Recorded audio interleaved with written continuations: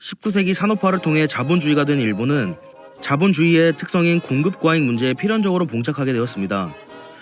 공급과잉의 문제를 해결하기 위해서는 새로운 시장의 개척이 필요했고, 시장을 개척하는 가장 좋은 방법 중 하나는 식민지를 만드는 것이었죠. 일은 일사천리로 이루어졌습니다.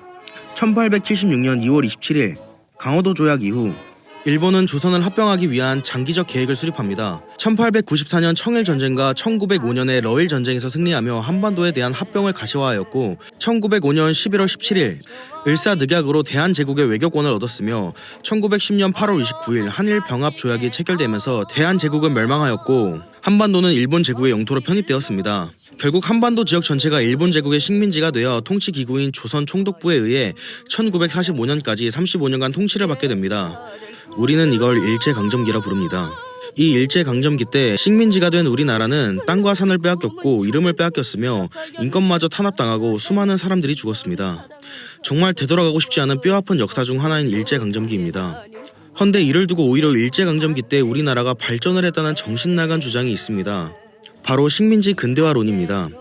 일제강점기에 무단통치기에 이어 문화통치기 시절 조선 총독부는 한국인들에게 일본의 식민지 통치로 조선의 문명이 이식되었다고 주장하는 겁니다.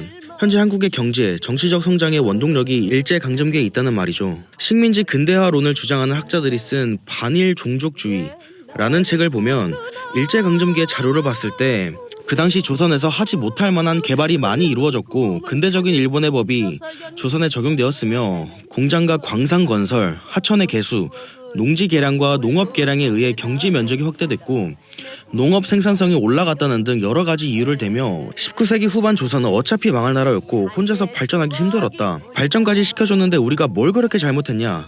오히려 조선인의 삶의 질도 높아졌다. 라는 식의 내용입니다.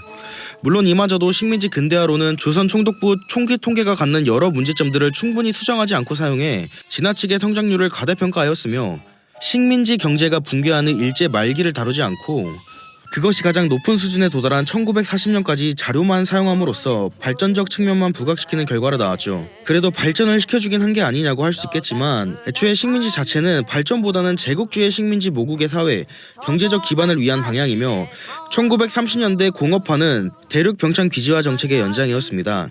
해방 무렵 한국의 경제력은 105에서 112로 최빈국 중 하나였죠. 오히려 경제발전은 1965년 한일협정을 통해 일본으로부터 무상 3억 달러, 유상 2억 달러의 차관을 제공받고 난 후에야 산업화가 가속화되고 대일 종속적 산업 구조가 고착되었죠. 조선의 개발은 일본의 일본인들에 의한 일본인들을 위한 개발이었기 때문에 원래 이 땅의 주인이었던 조선인들은 그러한 개발의 노예에 불과했고, 세월이 흘러가면서 점점 더 민족별 생산수단의 불평등이 확대되며 경제적 불평등이 확대되는 이른바 식민지적 경제구조에 갇히며 핍박 탄압만이 남았습니다.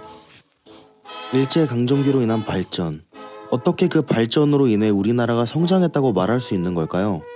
지금까지 썰로컴즈였습니다.